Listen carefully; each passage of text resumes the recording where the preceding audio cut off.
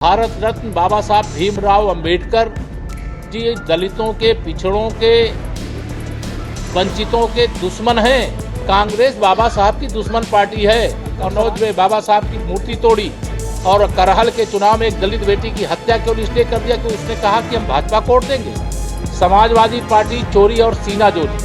Samajwadi party लोगों को बरगलाने का काम कर रही है। मतलब एक परिवार से पांच लोग सांसद हों, बाकी हमारे आदिवासियों को कहते नहीं तुम लोग शांत रहो, अभी हमको सांसदी करने दो। पिछड़ों के दुश्मन है समाजवादी पार्टी। इनका सबका दोहरा चरित्र है।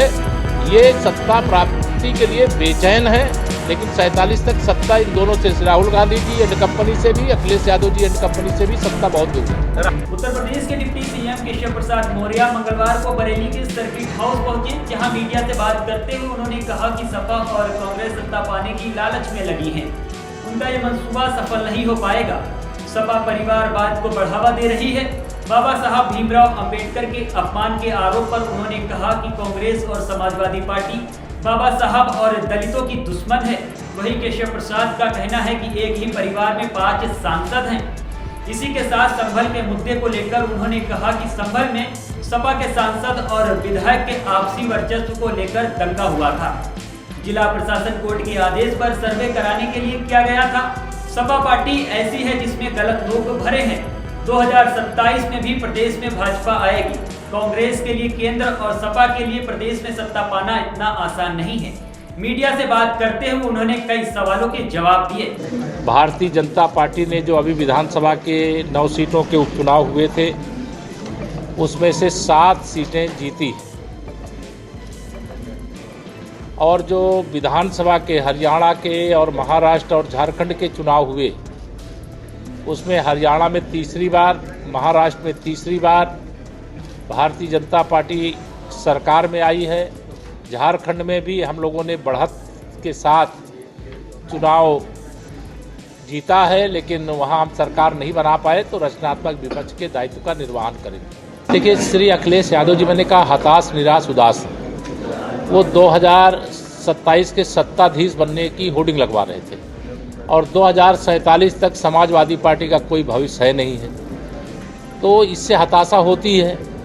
कोई अपराध करता है और उस अपराध का अगर पुलिस खुलासा कर लेती है, तो इससे यह समझिए कि कानून व्यवस्था कितनी चुस्त दुरुस्त है। घटनाएं होती है, हम नहीं कह रहे घटना शून्य हो गई, अपराध हो नहीं रहे, लेकिन अपराध हो जाने के बाद, जैसे श्री अखिलेश यादव जी अपनी सरकार में अपराधियों को संरक्षण करते थे, पुलिस कस्टडी से छुड़ा करके किस प्रकार से मुजफ्फरनगर का दंगा आमंत्रित कर दिए थे, किस प्रकार से जो बड़े बड़े गुंडे, माफिया, हम लोग कहते हैं 1 डिस्ट्रिक्ट 1 प्रोडक्ट, उनका 1 डिस्ट्रिक्ट 1 माफिया रहता था। तो समाजवादी पार्टी शीशे के घर में रहती है। समाजवादी पार्टी चोरी और सीनाजोरी। समाजवादी पार्टी लोगों को बरगलाने का काम कर रही है। फर्जी पीडीए की बात करती है, चलाती परिवार डेवलपमेंट एजेंसी है।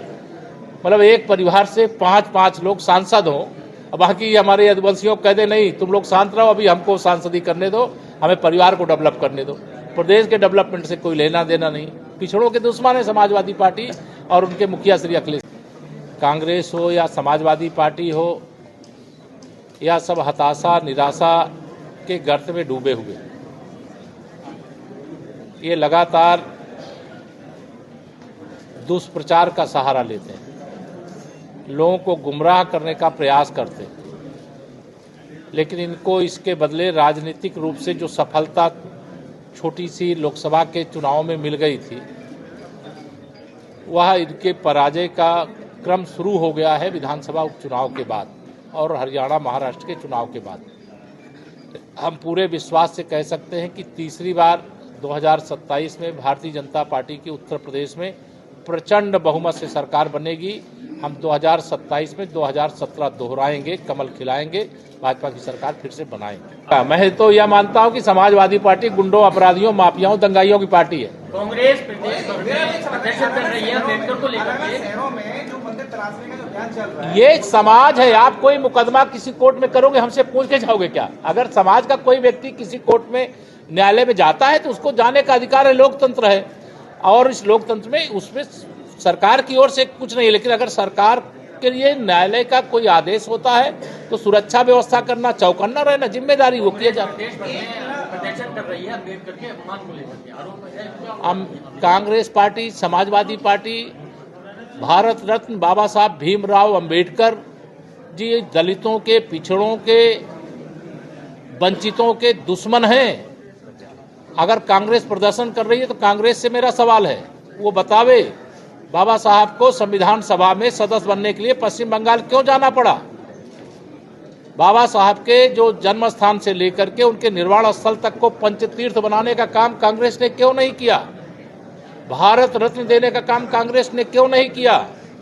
उनका शरीर शांत होने के बाद उनके अंतिम संस्कार में हिस्सा क्यों नहीं लिया। उनको चुनाव क्यों हरवाया। कांग्रेस बाबा साहब की दुश्मन पार्टी है। और समाजवादी पार्टी, श्री अखिलेश यादव जी मुख्यमंत्री थे, इनके चच्चा मोहम्मद आजम खान मंच से भाषण कर रहे थे, बाबा साहब की प्रतिमा को दिखा करके ये उंगली दिखा रहे हैं। इनकी उंगली जहां तक जाती है वह सारी भूमि इनकी हो जाती। इस प्रकार के उनके सामने बोलते हुए अपमान किया। कन्नौज में बाबा साहब की मूर्ति तोड़ी और करहल के चुनाव में एक दलित बेटी की हत्या केवल इसलिए कर दिया कि उसने कहा कि हम भाजपा को वोट देंगे। इनका सबका दोगला चरित्र है, दोहरा चरित्र है। ये सत्ता प्राप्ति के लिए बेचैन है, लेकिन 47 तक सत्ता इन दोनों से, राहुल गांधी जी एंड कंपनी से भी, अखिलेश यादव जी एंड कंपनी से भी सत्ता बहुत दूर है। आरएसएस नाराज चल रही है मस्जिद में मंदिर ढूंढने, ये विषय मुझे लगता है ये सवाल सही नहीं है। माननीय न्यायालय के आदेश से वहां पर कमीशन सर्वे के लिए गया था और उस दौरान समाजवादी पार्टी के ही सांसद शफीकुर रहमान बर्क और उनके ही एक विधायक सपा के ही, ये दोनों लोगों की आपस में वर्चस्व की जंग थी कि हम बड़े हैं कि तुम बड़े हो। ये जानते हो इनकी पार्टी में सब गलत लोग होते हैं। आपस में लड़े और आपस में एक दूसरे को मरे और उसमें सरकार ने बहुत तत्परता से कार्रवाई किया, अन्यथा वहां बहुत बड़ी घटना हो जाती। लेकिन हमारी सरकार न्यायालय कोई आदेश देगा उसका पालन करेगी।